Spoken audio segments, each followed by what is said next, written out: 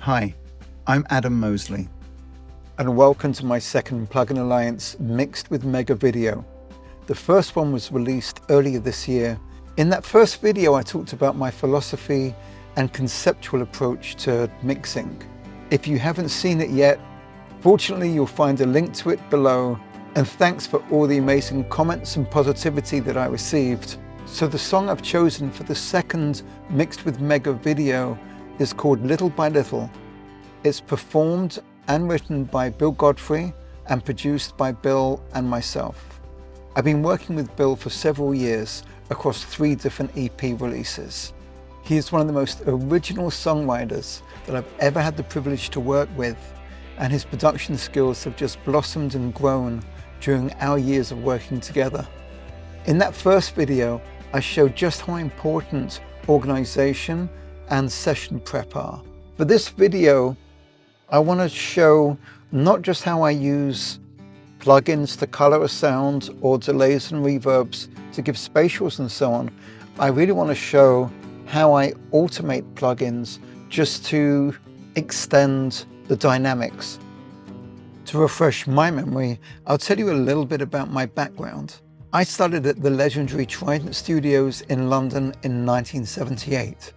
I got in as a chef and construction worker, and I worked my way up through the ranks, through being T-boy runner, then tape-op, senior tape-op, to second engineer, engineer, co-producer, producer, and then producer, engineer, mixer. I had the incredible experience of working with and learning from some of the GOATs, and the greatest of all time, engineers and producers who had worked with the early records of Elton John, David Bowie, the Beatles, Lou Reed, Genesis, Queen, and so many more great artists. Trident really was the bastion of British rock and roll. Some of the first records I worked on there were with Kiss, Rush, Tina Turner, and most of the UK punk bands. Later I worked with John Cale, Richard Marx, The Cure, U2, Roxette, and various movies, one great one with Spike Jones and Nick Zinner from the Yeah Yeah Yeahs. My very first mixing hands on the faders experience was on Rush's Permanent Waves, sitting aside Terry Brown, Geddy Lee, and Alex Lifeson. I hadn't understood until then what the real role of mixing was and how creative it could be. And that's where I discovered that mixing was the next stage of performance of all the work, all the recording, all the choices of musical notes. Mixing then took it to a whole new level. And the lessons that I learned then from that experience in 1980 have stayed with me today. I met Bill Godfrey in around 2015, and immediately I was hypnotized. I had to say that because that's one of the songs we did on his first EP. Go check it out, it's fantastic. Essentially, what it comes down to is writing great songs with great stories as well. He's a great lyricist. So, enough about Bill. Now let's listen to his music. Here is Little by Little.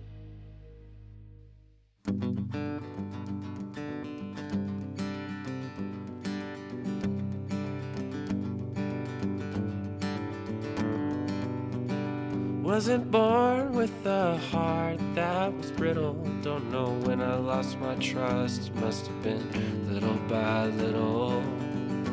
Didn't start out on pills, only Skittles, but I slowly lost my will to feel little by little. So I smoked and I drank just a little, and I won't feel a thing. I was told once that I'm non-committal. Wish that she could see me now at the mental hospital. Doctor plays me the world's smallest fiddle. It's the soundtrack to a life that passed me little by little. When I smoke and I drink just a little, but it won't fix a thing. What if I don't hide today? Don't even try to dump me. Someone tell me how I'm gonna find my way.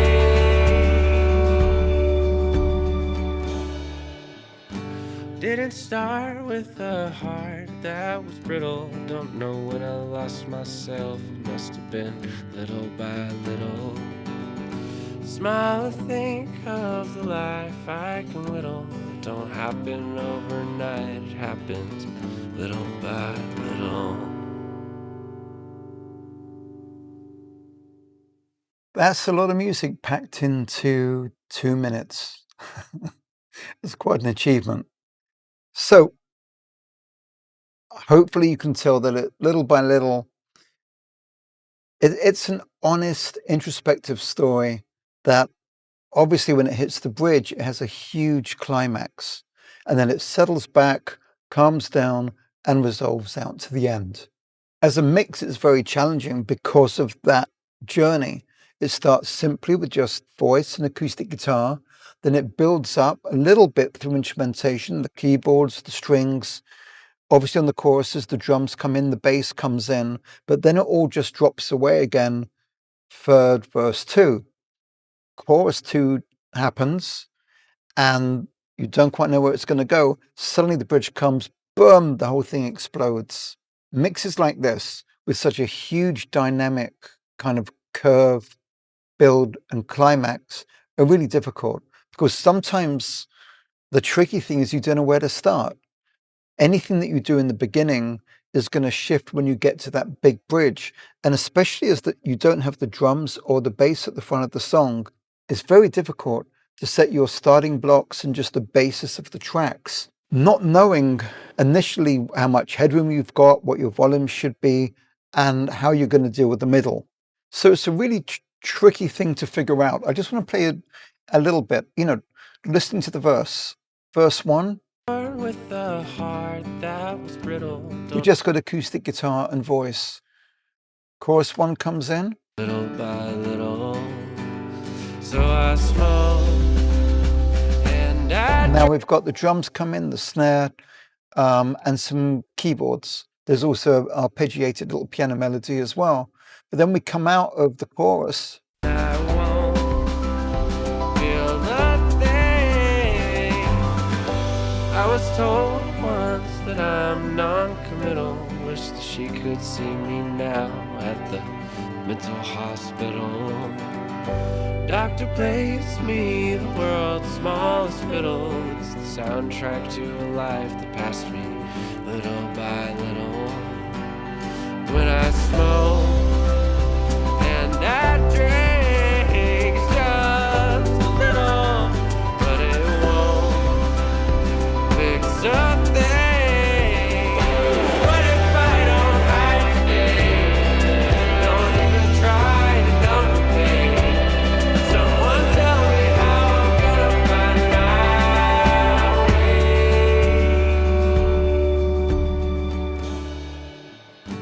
Didn't start with a heart that was brittle. Don't know when I. So I did a few tricks, and we're going to come back on the bridge because for this video, I really want to show how I automate plugins just to extend the dynamics when I don't have necessarily more instruments to add. The only major instrument that comes in on that bridge is the electric guitar, which is screaming. It's fantastic. Initially, we've got one guitar, which is just recorded with the DI and an SM57. What I did for the bridge was I actually made a double track from the one track. And that's not just a thing of, well, you just copy the bridge part, put it on new tracks, and then delay everything 15 milliseconds or something like that. If you do that, it's going to sound very electronic. That's what used to be called an ADT, automatic double tracking. You would just delay one side of it. I'll show you the detail I went into for that. You can also see that certain plugins only opening on the acoustic guitar bus. I've got the Mixland Back Attack, which is absolutely fantastic. That just opens on the acoustic guitars. And the acoustic guitars, the position of the acoustic guitar first is a little bit, let's just go here. Let's look before the bridge. Our acoustic guitar bus, we're at 100 on one side and then slightly 35. When it hits the chorus, those pans change. It shifts wider, still not going extreme. But the back attack, the bypass is off, So the back attack kicks in on the acoustics and squeezes them a bit more, which makes them punchier as they're double tracked and makes room for the electric. On the main fader, check this out, guys.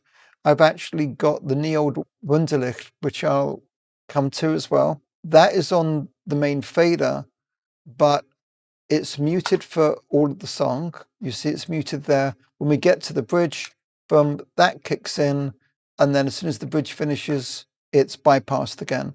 There's quite a lot of things where it's what I call shape shifting. I'm changing the shape of the instruments or the sound of the instruments in a certain part by automating the effects or having certain effects that only punch in for a certain part of the song. The lead vocal, which is normally a solo track all the way through, suddenly has a double track, but only on the bridge. So the position of the lead vocal, which is this track, the position on the pan, normally it's in the middle. The position of the lead vocal went 45 to the left. The double track, which is up here, comes in and goes 45 degrees to the right. There's a plate reverb on bus 2728. I'm looking at the automation on the level.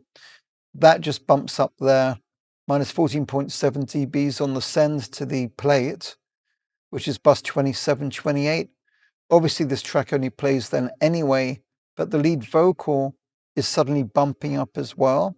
Bus 2728 to the plate, coming through here, that bumps up to minus 14.7 as well. Also, I'm increasing other effects that are normally there on the lead vocal, bus 3132, and we'll look at these in detail soon. So lots of different factors are changing their shape, their position, or their sound in the mix, and not just position left and right on the pan, but also their position, whether they're more dry and up close or further away and in more reverb. But first, let's just work through the mix. The first thing I do when I'm going to start a mix is visualize it. I'm going to look at the space, look at the picture in front of me, and if this is the sonic field, the space between my speakers, I'm going to decide who gets what. There's room here, there, and everywhere. There's all this space. So I have to decide where everything's going to go, where are they going to shift to if the voice is here for the verses, and then for the bridge, the voice goes double tracked to the sides, set back in reverb, and then it comes back in and scoots back forward again, remove the reverbs, bring it forward, set the slap back to where it was at the front of the song, so it resolves back to how it started. Once I have that mental drawing, once I have the vision of the song, I can set about placing the instruments and the voices where I want them, shaping them, EQing them so that the sounds work with each other. And I may have said before, when I started, I thought every sound in a mix had to be the definitive best ever version of that sound. I thought every sound had to be award-winning. But the thing is, what's the definition of a good sound? It's the sound that works in the mix. And that could mean it could be a crappy sound, but it might just have the vibe and it might just sit within the other instruments or just poke through if that's what you need. So again, have a plan, have a real sense of feeling about how do you want the song to feel? And then how do you want to organize the different instruments? What kind of dynamic do you want the mix to have? And then set about it. If you know your craft, if you know your tools, you can really design the sound of the song to hit the emotional goal that it's meant to achieve. And that's what music is about. If I'm mixing several songs that have been recorded in a similar way by the same artist, I'll use a session template. As I start the next song, I'll import the effects with all the bussing that I had before, and I may use similar effects so that the character of the songs is similar even if the songs change. That way everything is fluid and it works together. But having lots of plugins and using different kinds of EQs and compressors is really going to help me, for one, separate the sounds if I need more clarity, and also help really define the character of the song that I'm going for in the mix. So let's jump to it. Let's get into the mix. And the starting point, in this song, I think it's pretty obvious that it's going to be the acoustic guitar and the vocal. Once I've got those sitting the way they should be in the right kind of space, it's a question of how to bring in the bass, the drums, the kick, the snare, the hi-hat, the cymbal, bring in those elements, how I'm going to place the keyboards around and behind, and then obviously set myself up for that bridge. Let's look at the guitars.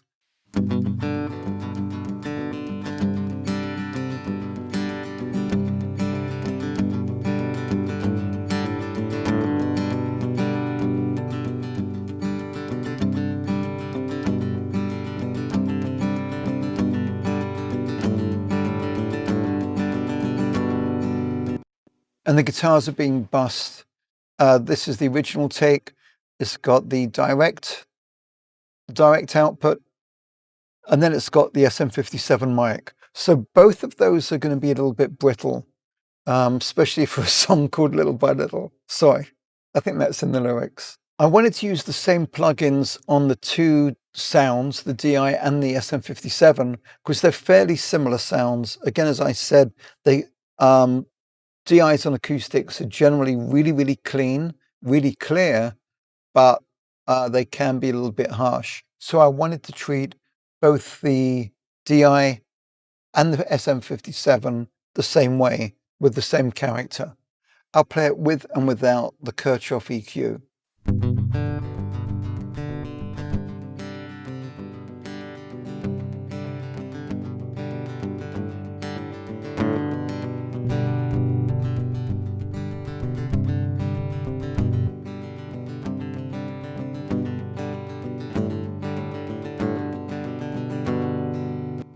So obviously there's a load of muffle that we don't need. The first thing I've done is roll off all of that low end. As George Harrison once said, all things must high pass. So that's what I'm doing here. Take his advice, roll off the bottom. I don't need it. The first thing is to really deal with the issues. When I'm EQing, and the way I learn is when you approach a sound, the first step should always be subtractive EQ. Listen for the problems. This is very muffly. It's a little bit woolly in the low end. So I could just think, oh, I better compensate. Let me start chucking in loads and loads of high mids. So that takes my attention away from how muffled the low end is.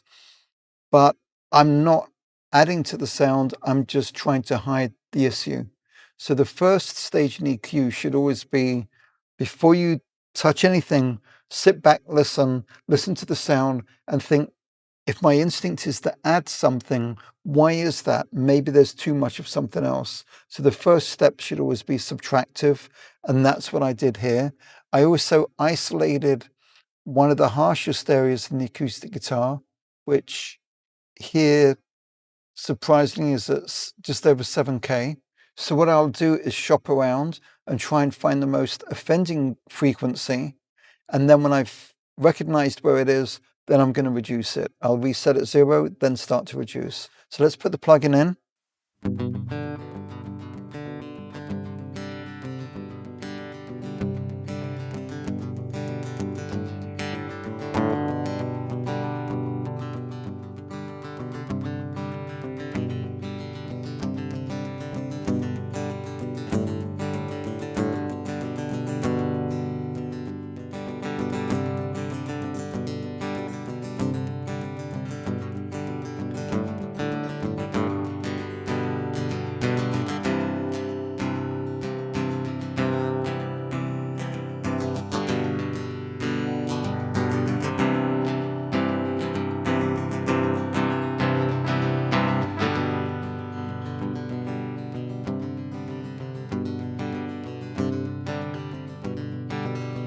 And then when I found where I like it, that would be good for me. Maybe I think, oh my God, it was sounding so good before. What I may do is save this version as a new setting, and then I preset, and then I can always just go back to my one before, it will reset, and I'm not lost. So save your treatments, because especially if you're working with the same artist, using the same guitar, with the same configuration of a DI, and also with an SM57 on it, if you're working with an artist that's always using the same things, once you've EQ'd and found what really works for the sweet sound of the instrument, then you've got your presets. You can just pull them in immediately. And that's very much a part of the template method that I use. So having cleaned out the issues in the sound, I want to add some warmth back, but I want to control how much warmth I put in. And there's nothing better than the Lindell 80 channel. It's absolutely so beautifully modeled. Just inserting this plugin immediately warms it, fattens it a little bit, and just gives it that vintage analog sound. Let's have a listen. This is with the Kirchhoff EQ in, and then I'll bring in the Lindell 80 channel.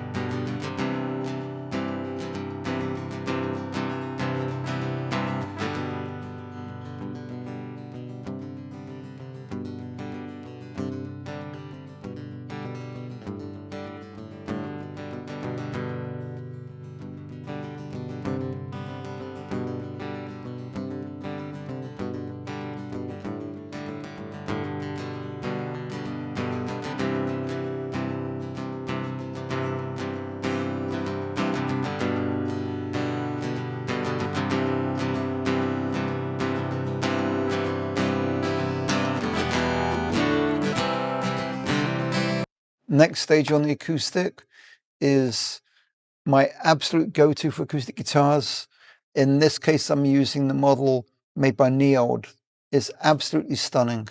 And again, generally, I'm just using this, especially on acoustic guitars, just as a kind of peak limiter. I don't want to squash yet. I just want to control the spikes.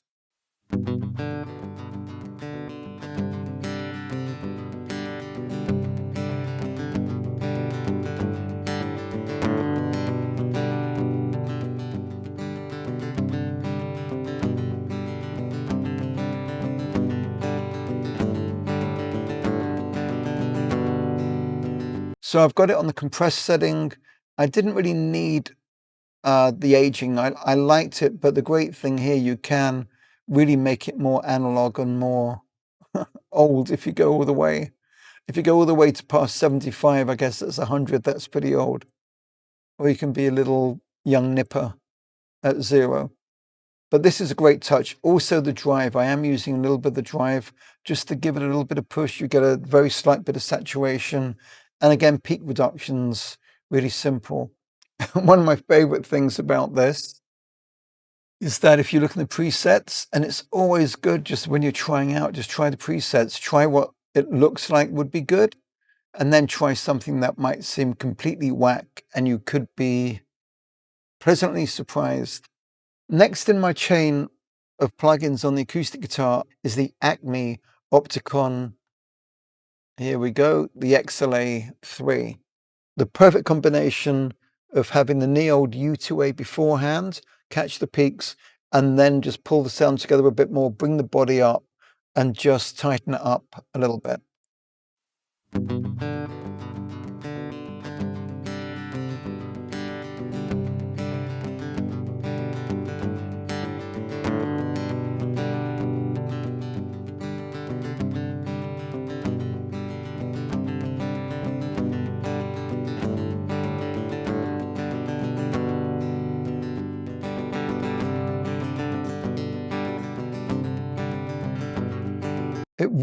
It's subtle, and I do like to do things. Sometimes I'll do big, bold strokes with one plugin, but often I'm not just using the plugin because I need to peak limit and then compress. I'm using it because of the flavor, because of the character of each plugin and just how they sound and how they add to the character of the instrument.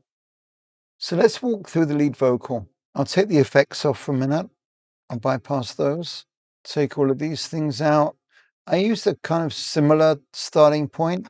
The artist did want to have some kind of tune correction going on.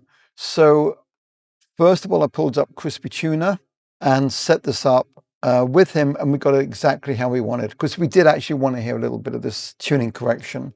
Wasn't born with a heart that was brittle. Don't know when I lost my trust. Must have been little by little. Didn't start out on pills, only Skittles, but I slowly lost my will to feel little by little. This is a really great tuning plugin. It does everything that you want it to do. If you want to hear the correction happening, how quick it happens, or you want it to be really subtle and invisible, it has a lot of really cool functions in it. So I've really come to love this. Let's start with the sound. First issue when I listen to it.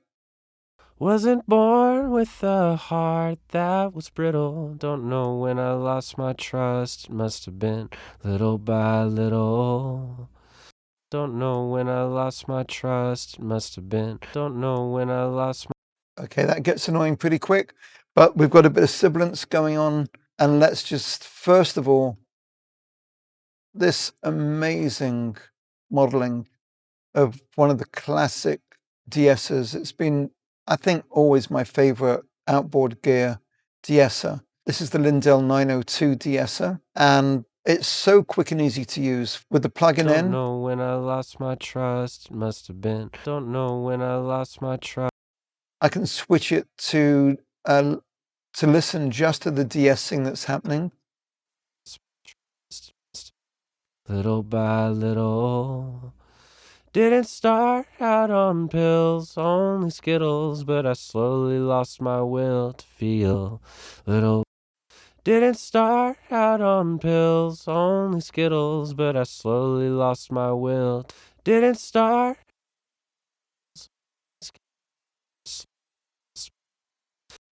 Anyway, love it. It's not just that it's effective and it works, but it sounds exactly like the de-esser that it's modeled on. So next up, I just thought, let me just try something new. I haven't used this before. I'm not sure how to pronounce it. I think it's the Synerzoids. It's a great compressor. At first, yes, you know the rest of the song, but then I got to know it, and it is so versatile and it is so quick to navigate. One of the best things I've seen on the interface is just the selections of clicking here on the, basically on the presets. It suddenly gives you a choice of vintage compressors.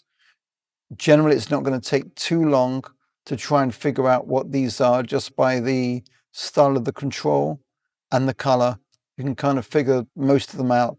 And then just really quickly, it gives you such great preset categories to go into.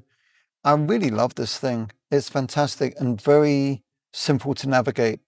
Now I can try whatever I want. I can go in here. I can just, I don't know, I can go to, can't imagine what that is. I can go for that. And I drank just a little, and I won't feel a thing. I was told once that I'm non-committal. Wish that she could see me now at the mental hospital. Doctor plays me the world's smallest fiddle. It's the soundtrack to a life that passed me little by little. When I smoke. Really good. I really love this. So next up, I've got my sound kind of working for me. So I smoke and I drank just a little.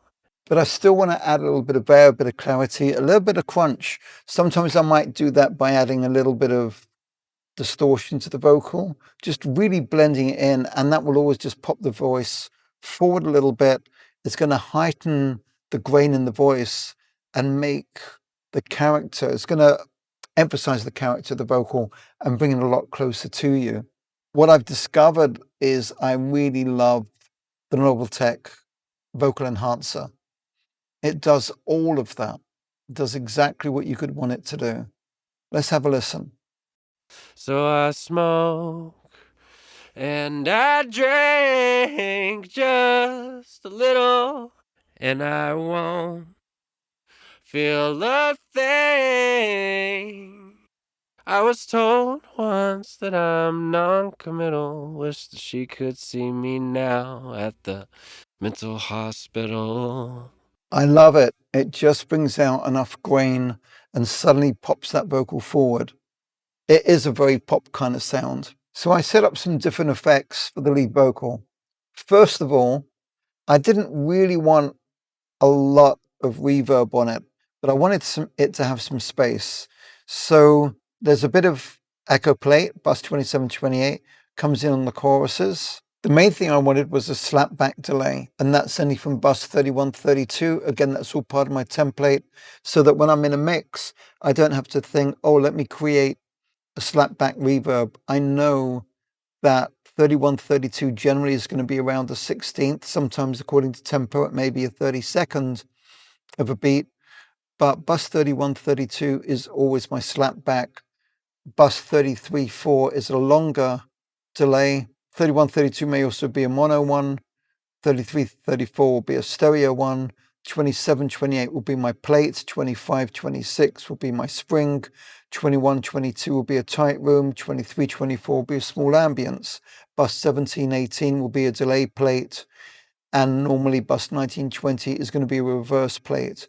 If I want an endless reverb that is just huge and cavernous, that will be bus 2930. So I know my system. I know how I'm going to set things up. Once I bring that template in, I can just be going boom, boom, boom, and mixing however I want to. So let's look at the slap delay that I'm just using on the lead vocal.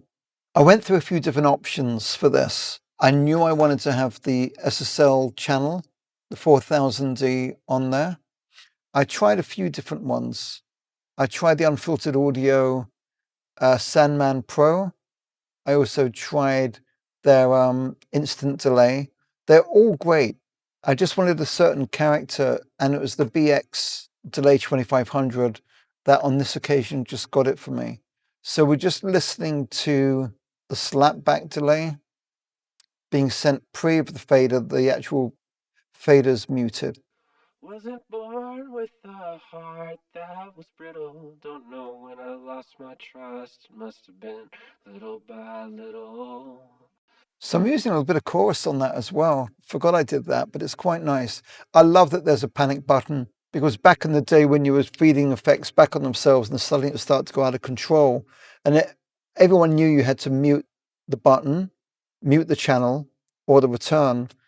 Instead, everyone would go into panic and it would get louder and louder. So it's nice to have a panic button. If I take this out of pre, you've heard it on its own. Here's the lead vocal track. I'm going to unmute it. I'm going to take the send out of pre, and now we'll hear how that sounds with the vocal.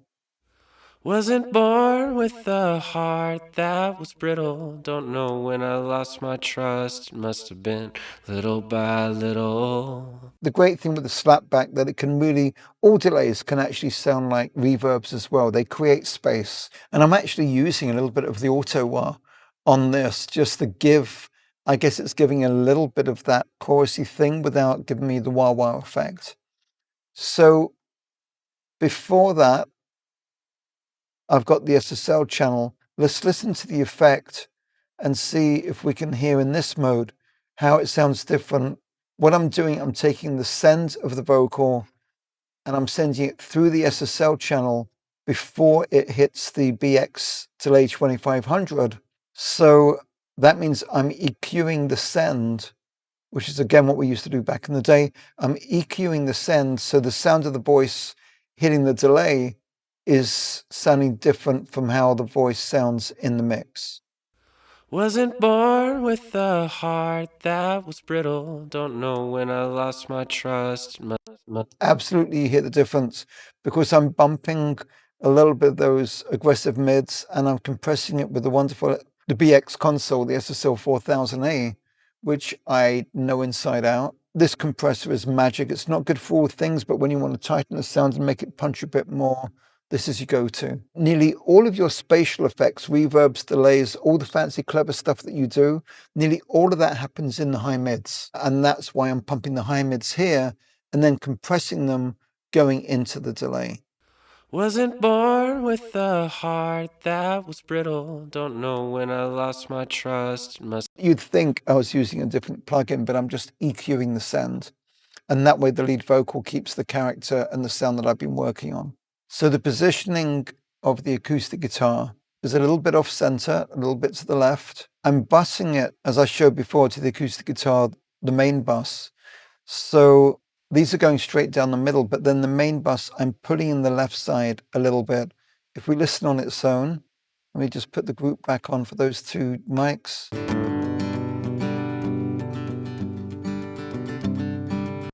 It's a little bit to the left, but not so much to the left that it's distracting.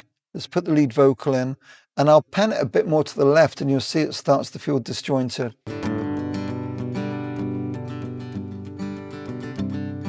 Was brittle, don't know when I lost my trust. Must have been little by little. Didn't start out on pills, on Skittles, but I slowly lost my will to feel. In certain songs that could work. Never say never. You never know till you try. But I'm approaching this initially as a singer-songwriter, and it's going to sound weird if there's a guy sitting on a stool in a bar playing, and his guitar is like 3 arms lengths away over to the side.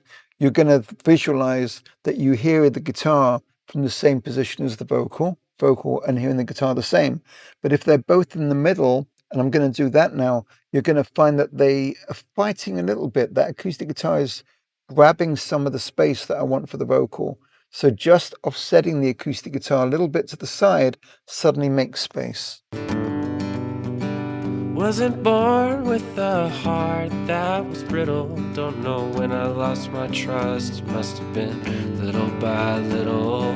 It's amazing the difference. Put the guitar straight down the middle, and now the information, especially because there's a lot of words and there's a lot of guitar strumming, there's a lot of information coming at me from the same place, and it's a bit too much.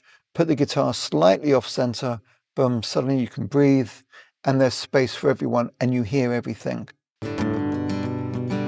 Wasn't born with a heart that was brittle. Don't know when I lost my trust. Must have been little by little. Didn't start out on pills, on Skittles, but I slowly lost my will. And suddenly I breathe a sigh of relief because now I've got space.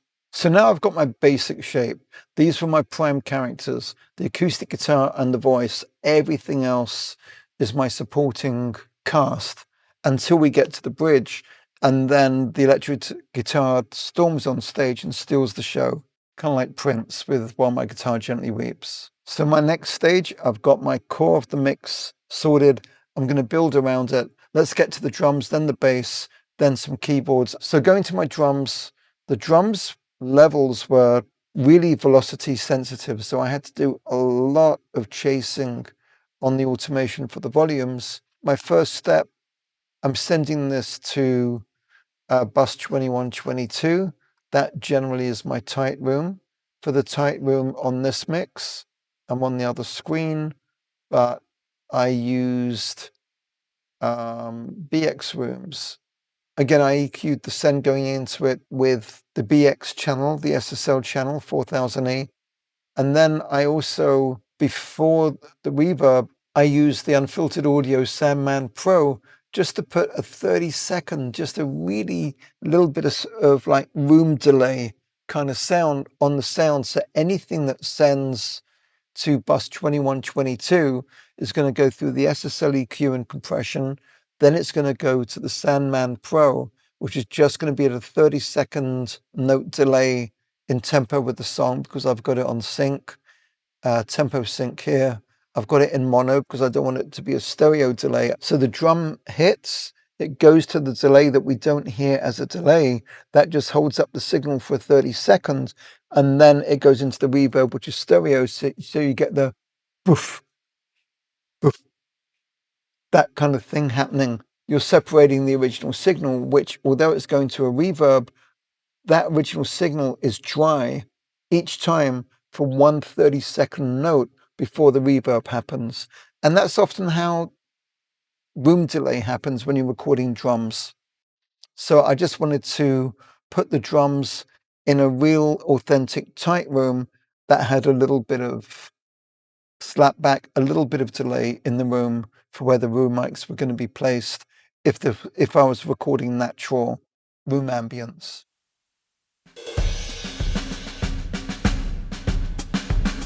Just a little.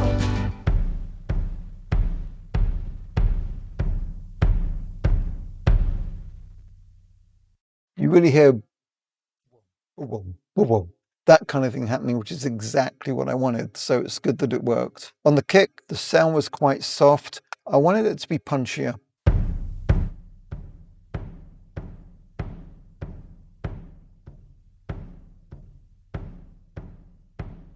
So first of all, let's get the SPL transient designer on the front of it. Come on down, there we go. And we'll get some punch.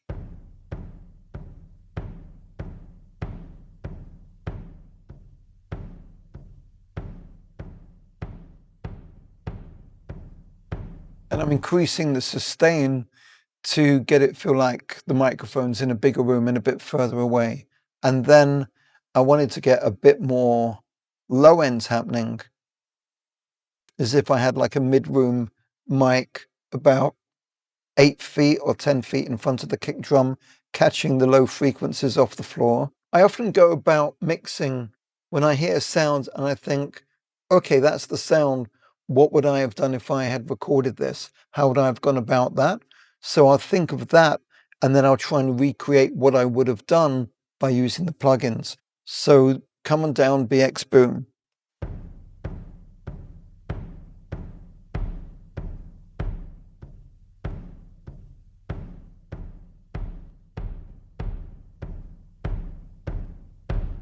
This is just literally, it's why it's called Boom. It's just fantastic. And it really adds that natural sound if you had a bit more air from a distance around the kick drum. I'll just explain. On the bridge, I did trigger an additional kick drum because everything gets so big, I really wanted the kick to get bigger. So I triggered it using SPL drum exchanger. I went to Native Instruments to Battery 4. Went through lots of different drum samples, created a folder just of kicks that I liked, so I could then just jump through the specific ones. And the one I chose was this one. It's called Kick Rep That 5. Damn, that's one punchy kick, and it certainly needs it in the bridge.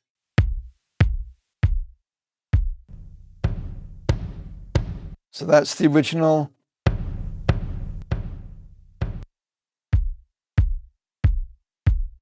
That's my sample. I put the Lindell PEX 500 before it because, again, it has that classic boost for a drum at 60 hertz and 10K. It gives you that warmth, that punch, just like people would use for mastering engineers used to use Pultex on the audio chain. Even today, some mastering guys put digital audio from wave files that they get. They'll pass it through a Pultex just to get the weight and the size and the low end warmth. So on that additional kick,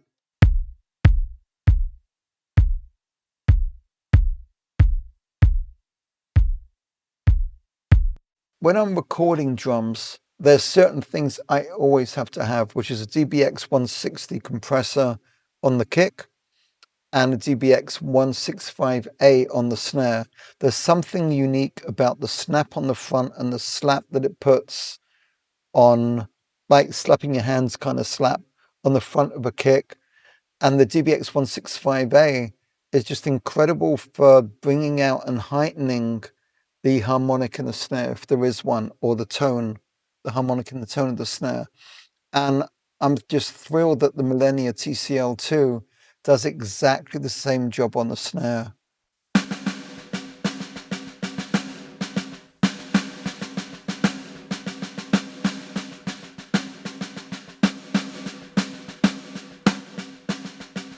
It just brings out the air and it brings out the overtone in that snare.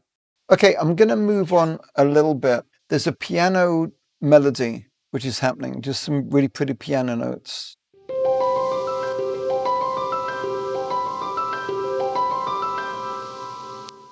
So on this, I'm putting a little bit to one side in the picture in its panning. I'm using the BX Console Focusrite SC. This is amazing for bright things. It has always been my go-to for punchy backing vocals. I would always rent loads of these in the studio if I had a track that had a lot of backing vocal parts. The compressor was incredible. It's got a slight, I don't know, exciter kind of element around 6.8, 7.2K, which again really makes vocals pop, a bit like the Noveltech vocal enhancer. So that's what I wanted to go for. The piano sound was quite warm and quite round.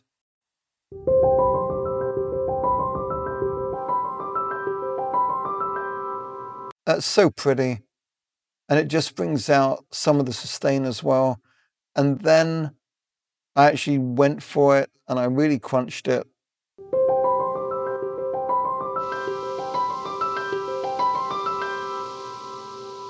Really getting those piano notes to sit really pretty.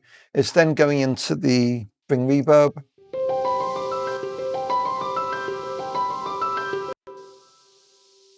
Really nice spring reverb, and also the echo plate.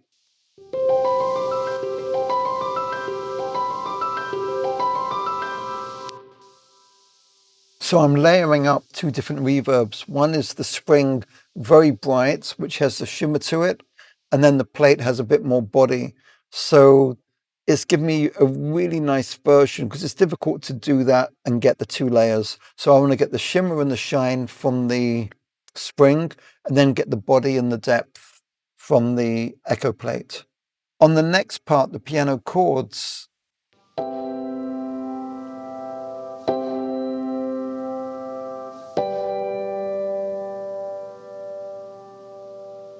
I wanted to do something a bit more different with them. So with the original chords, I wanted them to last longer and have an effect. So I inserted the DS Tantra 2, set that up to get some really cool delay things happening. And then I actually recorded it and edited out the original hits. So the original hits of the piano, you can see they're panned 1657. So a bit on the inside, not extreme sides, but placed there of center. And then the delays that I recorded through the Tantra are then going wide. So I'm getting the hit and then it goes go, go, go, go, out to the sides. Chord hit, out to the sides. Gives you a different kind of movement. And also I made them so bright. Again, I used the Noveltech vocal enhancer so that the delays almost sound like percussion.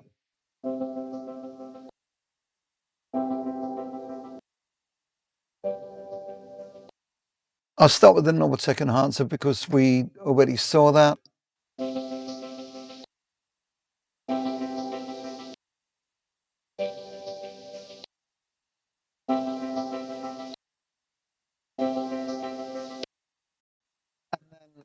I brought in this little beauty with a bit of sidechain compression. The original keyboard hits, the piano chords on the track above, are being sent to bus 47, and bus 47 sent from the piano chords, which have the first hit. If we zoom in below, you'll see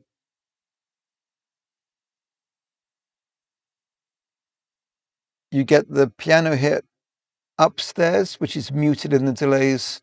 And then as that dies down, the delays come into play. And this hit on the chord at the front is going to the glue compressor, which is just fantastic compressor. And it's sidechain compressing the front. So these fade up a little bit as well after the event. And you get the piano hit in the middle, and then they come up a little bit at the sides. Gives a really cool effect.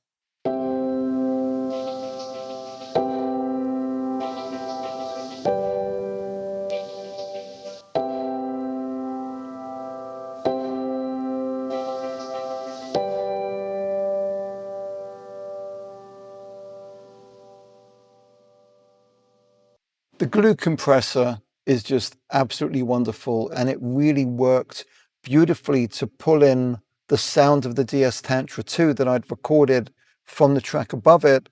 It controlled it, glued it together literally, and then I could just play with the level of the sidechain compression and also choose the tilt on the frequencies.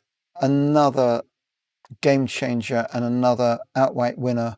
Bass, I did similar thing as I did in the previous Mixed with Mega, the part 1 that featured Molly, Arizona. Selection of plugins, this time for compression. Love this, using the Vertigo VSC2. It's a fantastic compressor. Get to know this as well. It's got a very different character. It can really tighten up and punch and bring in some warmth into your sound. I had the bass on its own originally.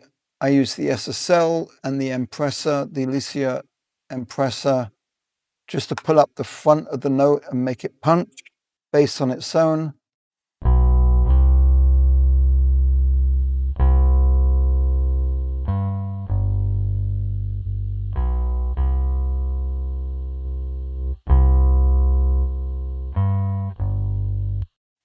I wanted to emphasize some twang on the string, to be honest. And then with the Empressor,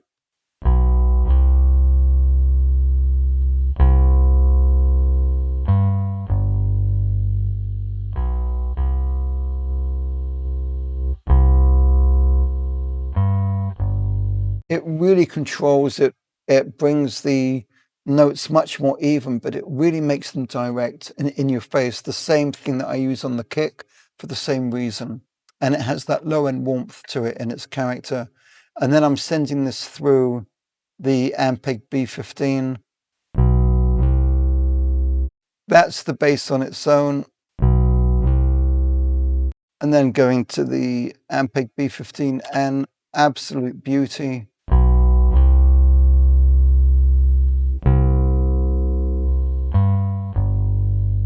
This is one of the best simulations of any kind of amp, let alone the classic Ampeg B15. It's absolutely beautiful. So I had my picture together of the drums, bass. Little by little, when I smoke and I drink just a little, but it won't fix a thing. What if I don't hide today? Don't even try to dump me. Someone tell me how I'm gonna find my way. Amazing. So the only new element that comes in here is the electric guitar. Let's just listen to what that's doing. It's so important. Where's my electric gone? There it is, this little thing down here. Fix a thing.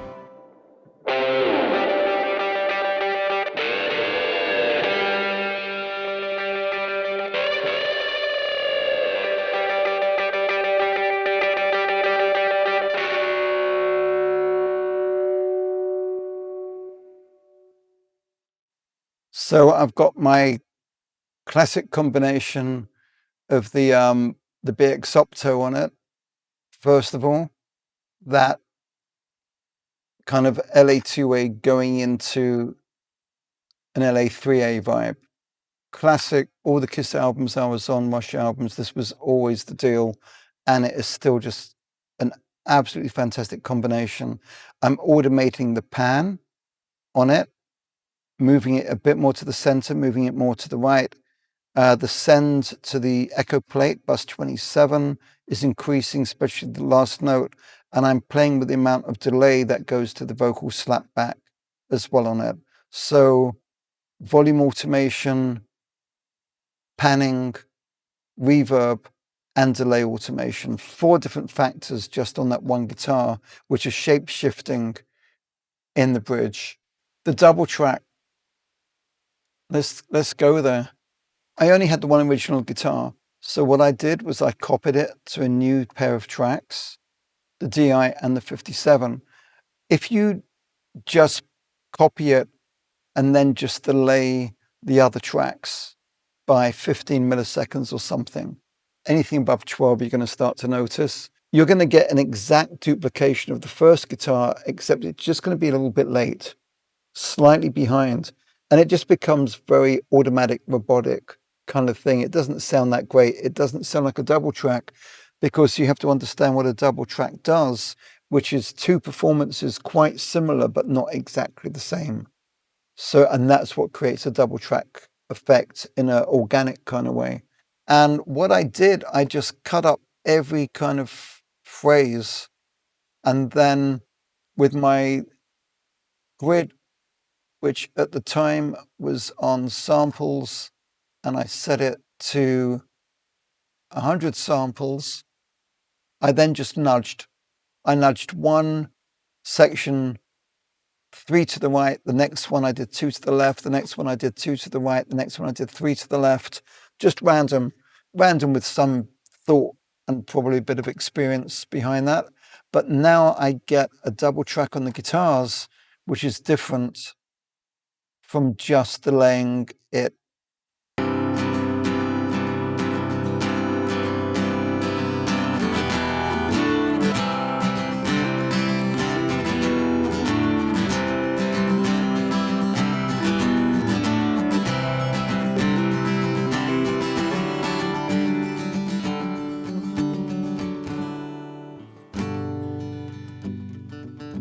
And the guitar's back to its position in time for the vocal, where it should be again, slightly off center. Remembering that we've got the keyboard as well, which is doing a very stereo kind of percussive effect now, which adds to the percussion. But it won't fix a thing. What if I don't hide today? Don't even try to numb the pain. Someone tell me how I'm gonna find my way.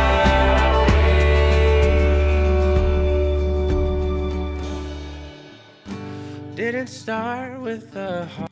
Even though they're not featured, you feel that the track widens, that the zing of the acoustic guitars and the rhythmic elements of them suddenly widens the track. It's such an old standard trick, is that, especially in a rock tune, although these days all genres, it doesn't matter, but you would always double track acoustic guitars on the chorus, and suddenly your percussive picture as well as the strumming rhythmic picture suddenly goes really wide. The zing frequencies come up at the side, and immediately it makes the chorus more exciting. So with that element, I also did the similar thing with the lead vocals on the bridge. If we just listen to the lead vocals in solo, let's put all the vocals in on the group. Let's do that. Let's do that. You will hear the position and the effects on the lead vocal from being down the middle. Once the double track comes in, they suddenly go further back with the effects. Bus 27, 28, the echo plate is being automated. It kicks in. The pan is that side there on the lead. This doesn't have to change because it only happens there in the first place. Here on the lead vocal, you'll see that suddenly the pan changes from when it was down the middle. Now it's going to the side at 45, and then I'm automating the reverb send. I'm bumping up the send to the long delay, and the long delay is bus 3334, which on this event, I was using the Sandman Pro, using a 16th. It's got a little bit of feedback going on, and tempo synced again. It's not in mono on this occasion, and so it's giving a very wide 16th delay. But it won't fix a thing. So what if I don't hide today? Don't even try to numb the pain. Someone tell me how I'm gonna find my way. Let's hear that in context. But it won't fix a thing. What if I don't hide today? Don't even try to numb the pain. Someone tell me how I'm gonna find my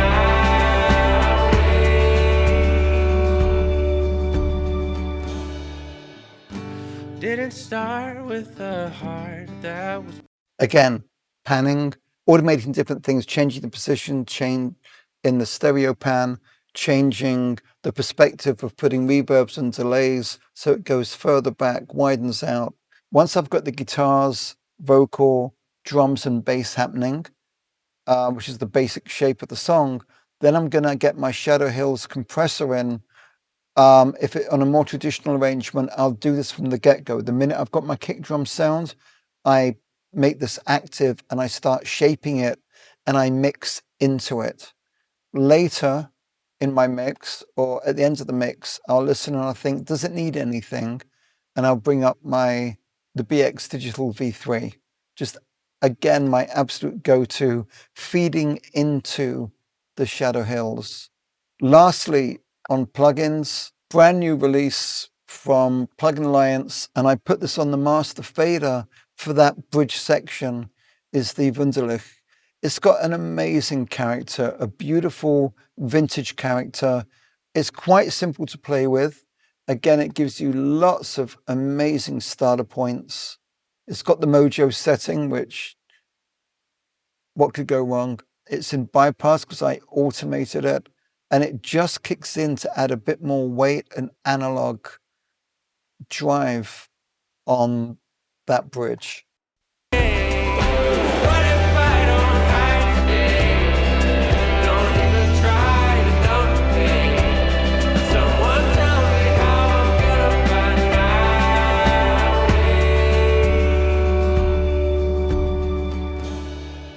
It adds a wonderful character to that section. It feels like it widens it. It adds a beautiful low-end warmth. It makes it a little bit more vintage. And again, this is new. I need to explore it a lot more and incorporate it much more into my mixing. So I hope you've enjoyed this video. It's a little gift from me to you, made with just a little help from my friends at Plugin Alliance. I was really touched and encouraged by so much great feedback from the Mix with Mega first tutorial that I did. Please leave your comments. Remember that you can try all of these plugins and many more from the Mega Bundles over at Plugin Alliance, and you can try them out for 30 days for free. Amazing deal. You'll find more info about Bill Godfrey on Spotify and more about myself at adammoseley.net. You can also get information on my website about my personal in-person mixing tutorials. They're lots of fun.